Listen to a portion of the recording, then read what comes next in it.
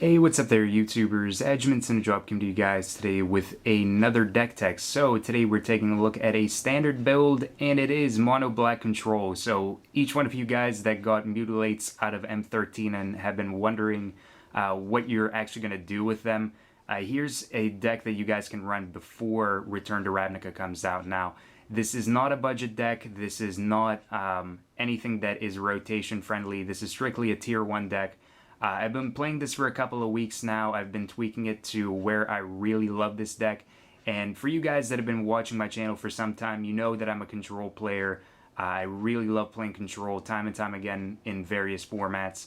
And this is by far my favorite deck that I'm running before Return to Ravnica, aside from all the decks that I build and play test and play here and there from week to week. But Mono Black Control, definitely one of the most solid builds that are out right now in the control spectrum as far as control goes. So we're going to break it down. I'll show you guys what all I'm running for this deck. But before we get to that, please be sure to leave any suggestions for deck techs that you would like to see. Please leave that down in the comments below. And be sure to give a thumbs up if you guys enjoy control decks as much as I do, at least.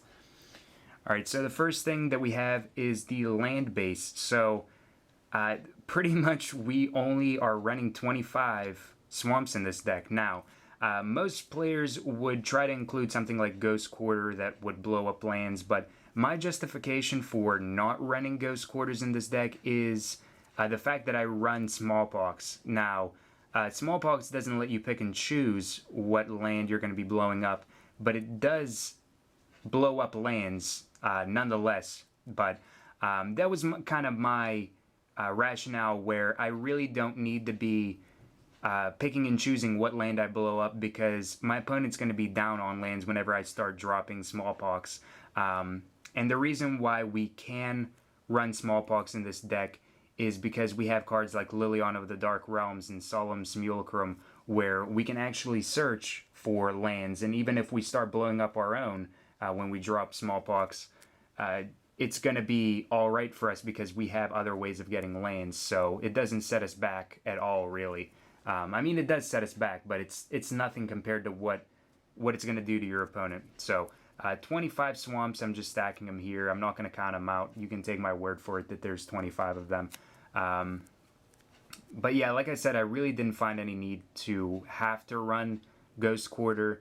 Sometimes people get the benefit of searching for that basic land that they may need, especially in multiple colored decks that players may be running.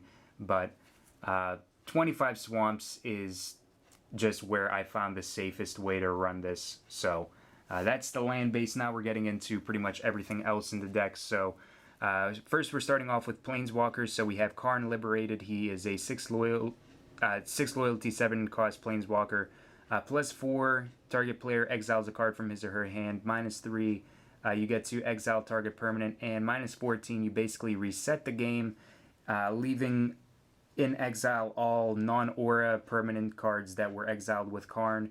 And you get to start the game with those cards. You get to put them into the battlefield. So any like creatures or enchantments, stuff like that.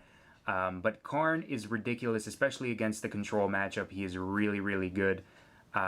But even against aggro, because we have so much aggro hate in this deck that whenever Karn hits the table, he can just get rid of one of those 1 or 2 creatures that may be out on the field, or blow up a land, or just stuff like that. Karn is so versatile in this deck that you just can't run this deck without at least one Karn.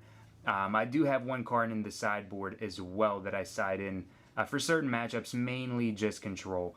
But next we have Sorin Markov. So 4 loyalty, 6 cost, 3 generic, 3 black. +2, he deals 2 damage to target creature or player and you gain 2 life. -3, target opponent's life total becomes 10. And -7, you get to control target player during their next turn. So the +2 is going to let us stabilize a little bit whenever we're casting stuff like Sign in Blood, and also any damage that our opponent may inflict while we're trying to remove their stuff off of the field. Sorin's going to let us stabilize a little bit. The -3 is really relevant because once we get them down to 10, we can start using Sorin's +2, if nothing else, to get them to 0. So that's going to be one of those great ways to win.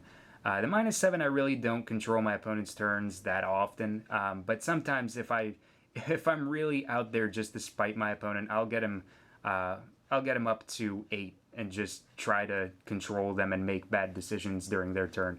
So we're running 2 Sorins in this deck. Sorin is still a incredible card when it comes to Standard, and he's probably one of the more cheaper Planeswalkers to get, aside from like Tybalt, but Tybalt's not very good in Standard right now.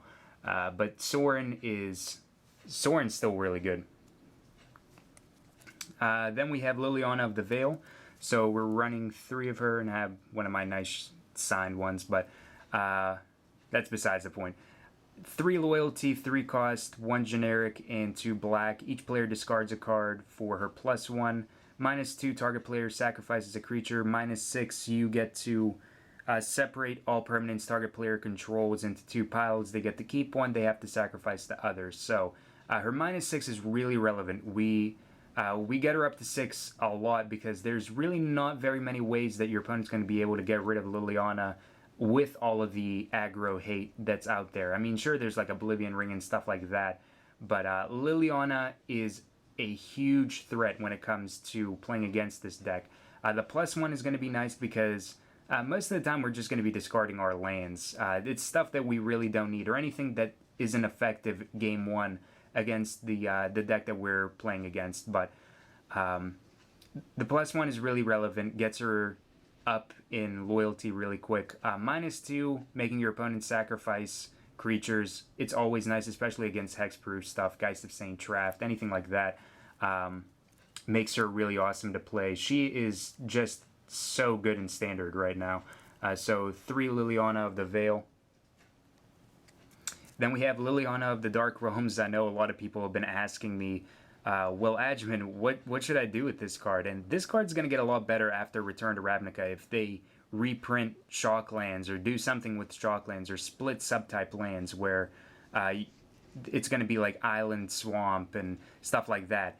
But she's still pretty good for this deck. She's actually really good for this deck. 3 loyalty, 4 cost, 2 generic, 2 black. +1, search your library for a swamp card. Reveal it and put it into your hand and shuffle your library. So it's going to let us search for more lands. So even when we're dropping Smallpox, we still have the benefit of being able to play our land per turn, even if it's a little bit later down there, down the line.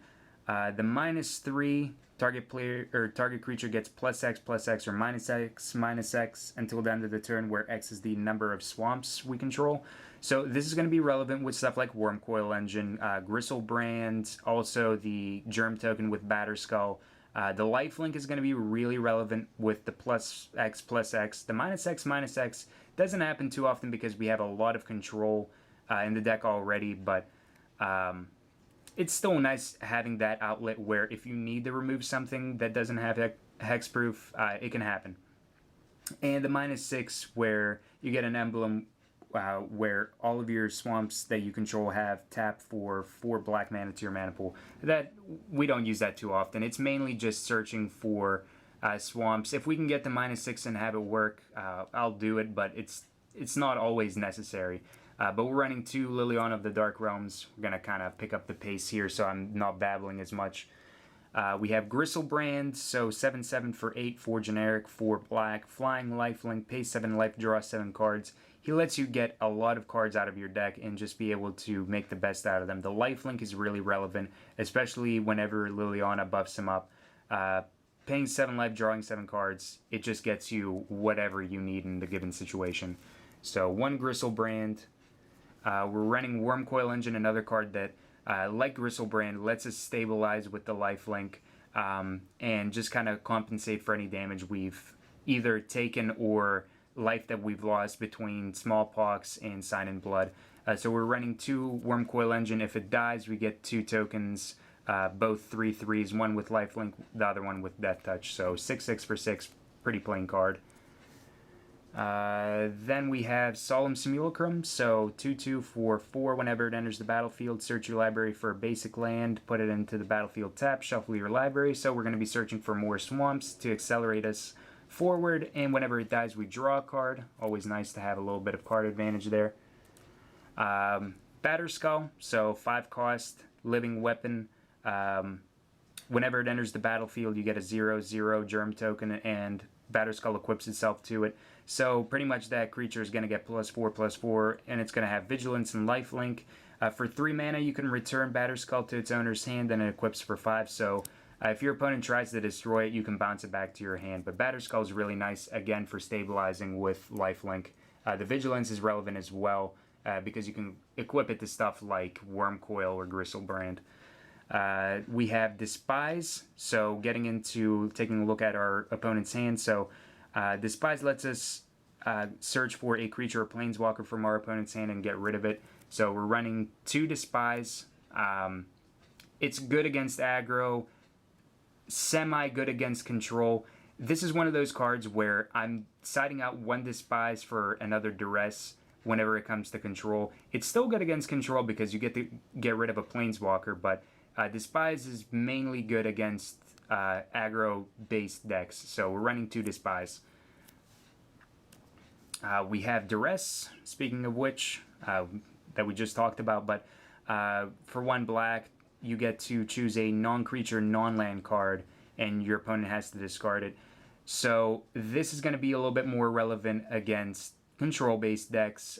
Also, to get rid of cards like Bonfire of the Damned that your opponent may be hanging on to, anything like that. Well, I guess Bonfire really isn't as relevant, but you get to see what your opponent has, if anything, and also get rid of a non-creature, non-land card. We're only running 1 Duress main board, and we're running 1 Distress, so it's a 2 cost. It's a little bit more expensive, but you get to choose a non-land card from target opponent's hand, and they have to discard it. So it's a little bit broader of a spectrum of what you can take, so Distress is still really good.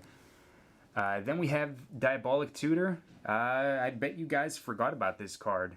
It was printed in M12, so you guys still have the ability to use it. So for 4 mana, search your library for a card and put that card into your hand. You don't have to reveal it, and then you shuffle your library. So for 4 mana, we're running 2 of these, and we get to search for any card that will help us in the given situation, and we get to take it. So 2 of those. Smallpox, we're running 2 Smallpox here, double black. Each player loses 1 life, discards a card, sacrifices a creature, and then sacrifices a land. Really good against aggro-based decks, semi-good against control-based decks, but we really don't have a lot to lose as far as sacrificing a creature. We're running very little creatures in the deck as it is. Sacrificing or getting rid of a card from our hand, it's mainly going to be a land. Losing 1 life isn't really relevant. So it doesn't really matter. And sacrificing a land, we can compensate for that. It's a control deck. It's made for late games. So 2 Smallpox, it really throws off people. It really does. We have Geth's Verdict next. Target player sacrifices a creature and loses 1 life for double black. That's always awesome. So we're running 2 of these to get rid of a big assortment of different creatures, mainly stuff like Geist of St. Traft. Something you can't target is going to be nice to get rid of with Geth's Verdict. So running 2 of those. Mutilate as well. We're running a play set of Mutilate for 4 mana. All creatures get -1/-1 until the end of the turn for each swamp you control. Pretty straightforward. It falls under the category of just wrecking everything. So we have that. We have Black Sun Zenith, so we're only running 1 of these for X mana and double black. Put X amount of -1/-1 counters on each creature, and then you get to shuffle it back into your library. So this is a great card, again, for more removal. Then we have Sever the Bloodline. So Sever the Bloodline is really good against a lot of different matchups, mainly stuff like red-green aggro, also zombies. The big thing about this card is for 4 mana you get to exile target creature and all other creatures with that same name. Now that's going to be also any tokens that your opponent may be making, whether it's stuff like with Entreat the Angels, or if they're still running Lingering Souls, stuff like that. Sever the Bloodline is incredibly relevant, and this is one of those cards that a lot of people looked at this card whenever Innistrad came out and didn't think much of it, but this is a tremendous removal card, especially in a deck like this one, because it can just get rid of a lot of threats and you don't have to deal with them hitting the graveyard, i.e. undying creatures. So we're running 2 Sever the Bloodline, and it's just so awesome.